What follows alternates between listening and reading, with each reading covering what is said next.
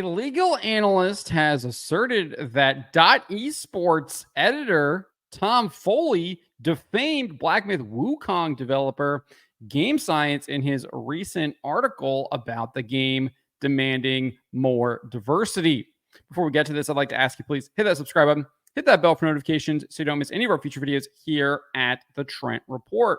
Roll this up over at thatparkplace.com, and we've kind of covered Tom Foley's article over on Esports in a previous video. So we're not going to go over all of that. What we are going to go over here is Andrew Esquire, who runs the YouTube channel Legal Mindset, who is indeed a legal analyst. He has been correct on a number of major legal actions, specifically involving the Walt Disney Company. He was absolutely correct that Disney's motion to dismiss the Gina Carano lawsuit would fail. It did indeed fail. He was also accurate in noting that Disney's lawsuits against the state of Florida would fail when it coming to their parks and the organizing body that controlled the parks there. And that did indeed fail as well. So he has a very good track record of getting these things accurate when he shares his legal opinion. And that is exactly what he did in a recent YouTube video, which you can watch here in the article.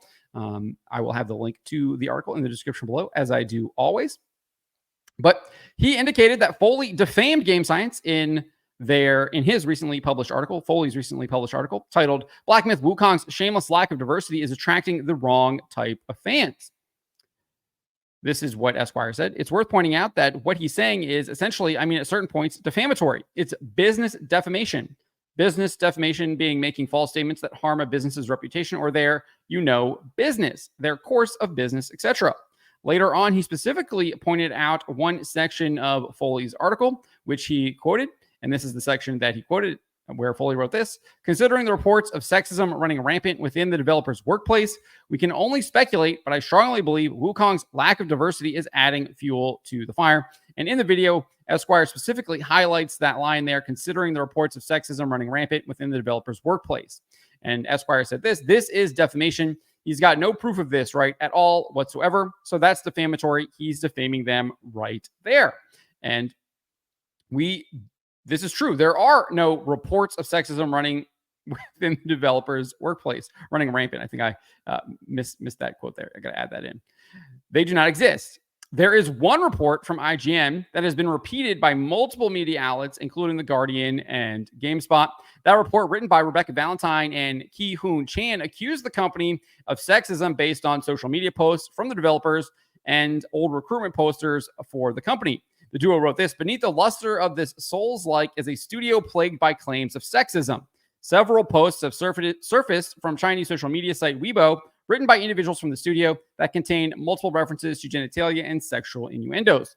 The social media posts are highly disputed, with a number of individuals noting they were mistranslated or were translated in the most uncharitable way possible. A video from Asmongold Clips referenced one such social media post from co-founder Fang Ji, noting that his comment, quote, is a used idiom in the Chinese language as a colloquial expression used humorously or sarcastically to describe a situation where excessive flattery or sycophancy has an overwhelming and paralyzing effect on someone. The use of such metaphors can be found in informal speech on social media. Furthermore, the clip notes that other posts that IGN used in its smear article were translated, quote, in the most uncharitable way possible in order to push the narrative that the developer is sexist and misogynist. We also had this video done by Chinese YouTuber Fei Fi. She noted that IGN mistranslated Fang Ji's comments. She said this, that what he was trying to convey in Chinese was, I just wanted to recruit a few people, but received more praise than expected, which made me feel uneasy. She went on to state this: however, just because I understand what he was trying to say doesn't mean I approve of his way of saying it. You can call him rude and crude, but there's no need to label him as sexist. In fact, she goes on to detail that there was significant Chinese backlash for these remarks. She says the backlash against them on the Chinese internet actually started at this point when the first video came out and wasn't anything new. Their inappropriate remarks from before were dug up and widely spread at this time. This spread reached beyond the gaming community, and every year since, whenever they release a new video, it sparks another wave of criticism, with people arguing fiercely over it. IGN's report last year was late to the game. Furthermore, Ki-Hoon Chan recently called for a boycott of the game and even encouraged his followers to commit the crime of piracy calling into question his integrity and the integrity of the initial report in general. This is what Chan wrote. I'm so effing pissed off. This has gone too far. Don't play Black Myth Wukong. If you must, go and pirate it if you enjoy it. I do not want to know it. F Game Science and all the grifters who are doing this to one of my favorite people in the industry. So I think the report in general is being called into question, and so is Chan's integrity. Given this post here, clearly calling for a boycott of the game, encouraging people to break the law if they want to play it, and then saying F Game Science. So clearly, I think there were intentions written in the article from the very get-go and now being exposed by Chan's own comments, which I think calls into question the integrity of the article in general and what they were hoping to achieve with such article. Obviously, whatever they were hoping to achieve has not happened.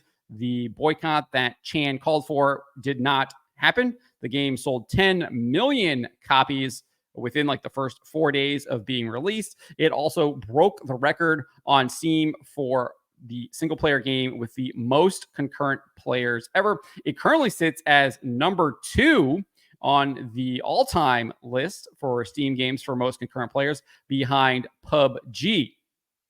So that did not work. But as far as Foley's article, obviously, as I said at the beginning, went over this in a whole other video. His video doesn't make any, his article does not make any sense whatsoever. And now we're finding out that he is seemingly defaming Game Science. And if the developer wants to, they could potentially take legal action against him. We will see if that does indeed happen. But this is what game journalists are now. We see Ki-Hoon Chan calling for a boycott, lying about Game Science in that original article, or seemingly lying about them. And now we have Tom Foley defaming the company as well in his coverage, trying to, I think, stir up negative controversy about the developers and about the game.